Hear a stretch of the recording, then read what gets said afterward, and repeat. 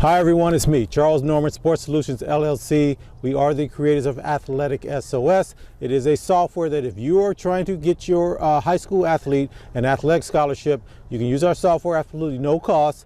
And what it will do is it will take their academic information, the sport they play, the level they can play at the collegiate level, and where they might want to go. And we'll show them all the schools they academically qualify to go to that have their sport and offer a scholarship, and then you can do your research from there. And it's absolutely no cost to use. You can find a code down below, you find instructions for the code, and I'll even put a link that takes you straight to the page so you can go ahead and register. So that's that. Now, this is my actually my second broadcast for 2024. The first one last week got messed up. I think it was my best ever, but we'll never know because you guys won't get a chance to hear it. For this one, I want to talk about 2024 is the year we're going to find out how we got finessed. And it's all the roosters are coming home, all of the whatever the sayings are. Everybody's about to discover it for the first time. And I want to explain what I mean by this because it's really, really important. And I'm hoping you guys are going to follow us through this whole journey that we're going on, because our goal is very, very simple. We want to leverage your athletic ability so that you can lead a remarkable life all the way through. So all those kids from 5-year-old to 17-year-olds, we're going to move you through the process using your athletic ability, and we want to move you. If you ended high school, that's okay, right? You don't get to play at the collegiate level. We do have the software AthleticSOS to help you get to the collegiate level. If you get there and you end there, that's cool too. And if you go all the way to the pro, that's the ultimate. Or you get to do the Olympics, or you do anything like that, like you really succeed at this level, that's cool too. But we want to go beyond that with you, and we want you to set that up now so that when you get there, you can have a happy ending on this, and the rest of your life is even better. And I'll talk about a little bit more of that next week. So why do I say 2024 is the moment that everyone's going to discover what we've done to ourselves? Because we did it to ourselves here. So let's talk with the first one. I'm going to go down 4 different things, and then I'm going to tell you how you're going to overcome all of them. So the first one is the transfer portal. Now, one of the things I find in life is the longer I live is that people fight for things and they think they're going to win in the end, and it feels like you won, but did you really? So the transfer portal, basically that got changed by the NCAA back in 2018, 2019, somewhere around there. It got changed. But in 2021, they added men's football and men's and women's basketball, the 2 money-making sports for college sports. So from when they initially let it out until it really took effect, which I'm saying that it affected a lot of different things, it was a few years. That gave them a chance to get ready to control it. And so that's what I think everybody misses. I tell everybody that I can talk to that 2020 was the year that we should go. That's the demarcation to me. Everything pre-2020, different world. Post-2020, we're in a whole different way of living our lives, and it's a done deal. So you either get on board or you're going to get run over, because I think everything accelerated 5 to 10 times. The speed at which changes were going to come in society and in business and just your life and working and raising a family, everything just accelerated. And you got to get on board or you're going to get left behind. Okay, so it's really important. So that's the first one, 2021, that football and men's and women's basketball were added to the transfer portal. And I'm going to tell you why that's important in a minute. Second thing, the NIL. And I was one of the ones that got suckered on this one. I thought the NCAA had got their butts handed to them, right? So the Supreme Court tells the NCAA's argument was really pretty bad. In fact, it almost seemed like they didn't want to win it. And now that I think about it, that could be the case. The NCAA's argument was the thing that makes us what we are. Yes, we have these players playing for us to benefit us, so we make a ton of money. But the reason we can't pay them or they can't make money off of their name, image, and likeness is because that takes away from who we are, which is what makes us special, which is why we can't pay them. And the Supreme Court goes, what the heck are you talking about? So basically they told them that was the biggest nonsense argument ever and wiped it out. And so now you have the NIL, the name, image, and likeness, so that a college athlete can now financially benefit from their name, image, and likeness, the fact that they're a star on that team, or they figured out a way to go ahead and make money by being a college athlete. And so that's in place. And so it feels like you won again, right? So we get to do all this. But at the highest level schools and programs, they turned around and said, okay, if that's the way the law is, then we're going to make these consortiums. So on campus, you go through their program, and they've got all of these different opportunities for you, and they've got these classes teaching you how to do it, and they're teaching you how to do podcasts, and they're teaching you how to do all these things. And so their alumni, their boosters can now kind of officially pay you, come to our school, and we've got all this stuff set up. So who's in control again? They are. So there you go. So there's the second one, right? And then it was let's go with affirmative action. So affirmative action seems kind of away from sports, right? It doesn't feel like it's a sports thing, but they got a group to fight another group so that they could get that thrown out for education purposes.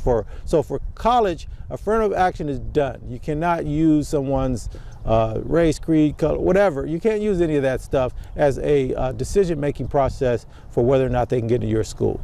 Sounds like a great win for the group that wanted that. And in fact, I've been in a lot of different places where I hear, hey, this was a great thing. It's merit-based. Let me tell you guys something. We live in America. Nothing is merit-based out here, okay? So any wins you get that can kind of get you in the door, you better take them and live with them. So anyway, so it got wiped out. And so it feels like it was a win for the people that wanted to get in, but it didn't benefit them either. The people that were the plaintiffs in the case actually are going to lose. And it seems to happen every single time. When you fight for something to take away from someone else, you end up losing. It's just the way it is. You got to quit looking over in other people's yards, man. That's the number one rule I learned even when I was a kid. Hey, stop looking over there. Pay attention to what you're doing and make yourself better. Stop worrying about what they have. Get what you need. So anyway, so that was number 3.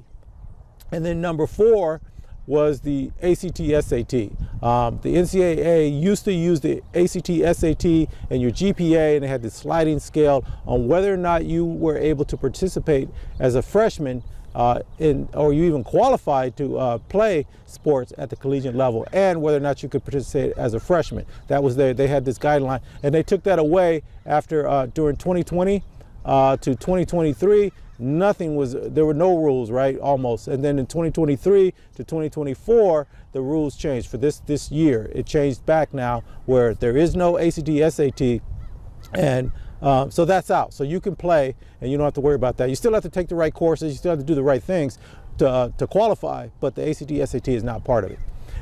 And I get people fighting me about that all the time. And so if you take all 4 of those things, right, the transfer portal, the ACT SAT, the NIL, and affirmative action, it feels like each one of those groups won something. Won freedom for whoever they were trying to win freedom for, or opportunity, or whatever they were trying to pull off. But here's the thing. Who did it really benefit in the end? It benefited the colleges, and it benefited NCAA, and I'm going to tell you exactly why. There is no criteria for why they're letting you into the college in the first place, or let alone how you got an athletic scholarship, who they chose to come into their campus. They get to decide, and you cannot question it because you took all of the guardrails off that you could question by. Hey, I got this great SAT, ACT score. What are you guys talking about? Oh, you guys got me here. I want to go make money off of my name, image, and likeness. What do you mean I need to get into this program that you guys have over here? Not saying you can't do this, but the people that go over here are the people we're going to help move forward. What are you guys talking about? What's going on here? You will lose whenever you try to live your life through trying to block something else or trying to beat powers above you. People should do it. If it's a bad system, you should go for it. You should knock some of those things down. So let's go from that, because I don't want to get political. I don't want to get into a whole bunch of different reasons why things happened and didn't happen. But what are you going to do about it? And that's what we're all about. We want you guys to rethink this thing completely. All you're trying to do with your athletic ability is set yourself up for your future. And whatever that is going to be, you want to have a great future. So, and first of all, we're going to talk about getting that athletic scholarship. So you want to use AthleticSOS. Yes, that's a shameless plug there, but it doesn't cost you anything, and it's the way you want to do things anyway. You're going to find a school that fits you. You're going to find out all your options, all your opportunities, and you're going to reach out to them, let them know who you are, that you're interested in them, and then they're going to come see you. So that's the first thing we want to do. You want to go in and take the right classes. Go and see your counselor. and go take the right courses. You tell your counselor, I want to take the courses that I need to play D1 college, NCAA Division I college sports. That's it. Just give me those classes. Now, if you want to do something better and take some AP classes or college prep classes or some special classes, more power to you. But make sure you meet the criteria for playing NCAA Division I sports. Next thing, and I know you guys want to fight me on this because all through December, I went to a whole bunch of different places to get the software set up for a lot of schools, and I swear the parents were fighting me on this one tooth and nail. You want to take the SAT and the ACT if you can.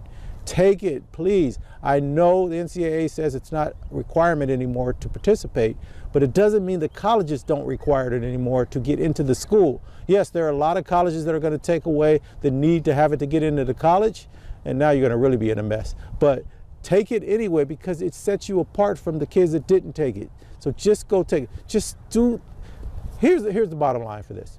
If you want to be successful in life, you're going to pay more than everybody else that doesn't care about that. It just wants to flow through life.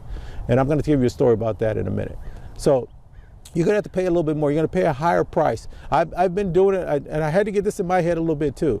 Even for me, I'm creating another website for us, right? So I had to pay somebody to do it. I know how to build websites, but I couldn't build what I wanted, or I didn't have what it took to get it done. I want to create a clothing line. I paid top dollar for the things that we're going to put in our website because I want the best of the best. And so if you want to stand out, if you want to stand apart, if you want to be successful, you're going to have to overpay, and that means for you trying to get an athletic scholarship, you're going to have to outwork everybody. You're going to have to train a little bit better. You're going to get more skills. You have to study the game a little bit more, and you're going to have to take the courses you need to take. You're going to have to take the SAT, ACT. You're going to have to do all of that. You're going to have to start creating your own social media empire, right? So when you get there for your NIL, instead of you having to choose a school based on can they help you move forward, or you have to go, if you come to our school, you're going to have to be part of this consortium that we have set up, and this is where you're going to get your NIL money. You go, no, I can go over here because I already have my social media. You're going to have to set yourself apart from what everybody else, and it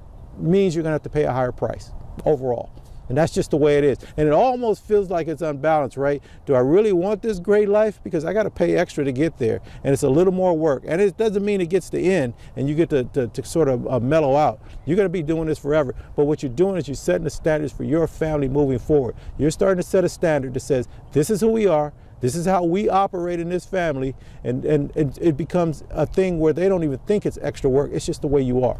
And if you can get that and you disappear from this earth later on when you're done here, the people that are coming behind you, you've just set the standard. And that's what you really are trying to do. At least that's what I'm trying to do as I move forward. And I hope you guys go on this journey with us. So I want to tell you one more story. So during in December, near the end of December, I get a chance now. The site's doing really good. The software's doing great. So I get a chance to visit some campuses. So I went to a men's program, I went to a women's program, and a high school program. And so I got to go and see the classrooms. I got to go see the dining halls. I got to go see their training programs. I got to learn about how they do things. The sleeping quarters, I got to go see all of that stuff, right? So a men's program, a women's program. Now, at these programs, free dental, free medical. They had, of course, they're going to college for free, right? And then, job placement afterwards. So they're showing us all this stuff. And when we came out of there, the people that went on, it was 20 of us that got to go, some business leaders, some other stuff going on, and we all got to go to these 3 places, and everybody's grumbling about it. So even though that was there, where I was might shock you guys, it may not, but I was at a prison. I went to a men's prison, I went to a women's prison, and I went to a prison for youth that got into some legal trouble, right? They actually got into trouble. And so everybody was upset when we were coming out of there. And they were upset because they're figuring, I go to work every day, I've got kids, they don't get to go to college for free. I got to pay for their medical, people that their jobs don't pay for it for them. So that costs people a lot of money. And it just felt unfair to everybody in the group. We went to have lunch together, and everybody's just a little bit ticked off. But there was one thing that the warden at the men's prison said that kind of got me, and I remember, I thought it was very profound. He said, we can't live in a world where people think there's no hope. And kind of, as he was saying it, I was going, but they messed up. They did something wrong. Why are they getting all these benefits? I'm even thinking it in my head. But when he said that, it makes a lot of sense. And then he went on to say, we can't work in here every day before this, it's called the California model. I'm in California, by the way. Called the California, I don't know California things, okay? No jokes, no, we get it. We're the weirdos out here, I get it. But anyway, the California model, the whole idea is that most of these people are going to go back into society. And this comes back to, there's not that much money anymore for the prison system like it was before. They got to get some of these people out of here. They got to let some of these people out. And the women's prison, there was almost 90% of those people were coming back out into society. So you got to get them prepared. So the idea of the California model is that inside prison models as closely as they can. The men's is not so much, but the women, it's got to model the real world. Like they're back in the real world. We're trying to get them used to being back in the real world. And in the meantime, we'll work on their mental stuff and all this other stuff that's going on with it. And so, and the interaction between guard and prisoners is going to change. So they have to get retrained completely. And hats off to correctional officers in this world. I don't know how you guys are doing this job. But anyway, so they have to, so the change is to get those people back in. But the reason I'm saying this is, and the reason I'm even bringing that part up is that in the rest of the world, from 2020 moving forward, the people you're competing with have a ridiculous advantage over you if you're just the average middle person, the person that's just going down the middle of the road. And I'm not even going to throw in the immigration problems they're having in New York and Chicago and Denver. California, we're just California. We're so used to this, it doesn't bother us. But you can get overrun, and they're going to give all of those people housing. They're going to give them work visas. They're going to give them everything that they need in order to seem like a citizen, even though they didn't come over here legally. And I don't want to go way down that rabbit hole either. All I'm saying to you is you cannot rely on the world to play fair with you. There is no such thing. So you're going to have to stop that thought process, and you got to work harder than everyone else to get where you want, but you need a plan. So we're going to start with your athletic ability. Let's take advantage of that. Wherever you have an advantage, and I don't know where everybody's advantage is in this world, but if you have an advantage, you have to use it. And we're going to assume that you have an athletic advantage. And so my bottom thing for this is, I'm going to close this out here. If you guys will follow along with us, I'm going to really walk through a whole bunch of different ways for you to take advantage of where you are right now and how to get ready for your future. Mom and dad, parents, grandparents, whoever you are, executives, ex-players, whatever it is, what are we going to do to take advantage of the fact that you were an athlete and you had an exceptional ability and you wanted to use it and you were able to use it for a certain amount of time, and now what do I do? What do I do now? And that's what we want to get to, so that when you do get there, you can lead this really wonderful, great life.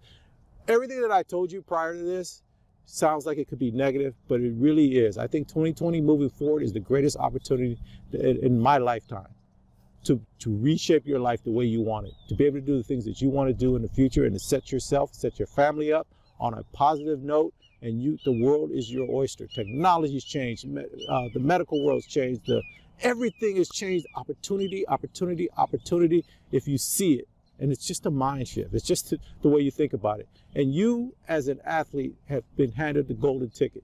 You have a golden ticket. How are you going to use it? Do you even know you have it? Because you do. So anyway, so we're going to talk about all that moving forward. Again, you guys, if you want to use AthleticSOS, down below, I'll give you the instructions. I give you the code. Use the code and start there, and then we'll move forward from there. And I'll do these, like I said, once a week. Last week's got messed up, so I didn't get a chance to get it out, but I do have this week. So let's take advantage of it. Okay, I'm going to cut this off now. It is 30-something degrees out here, and I'm going to just call it a day. All right, guys, talk to you later. Bye.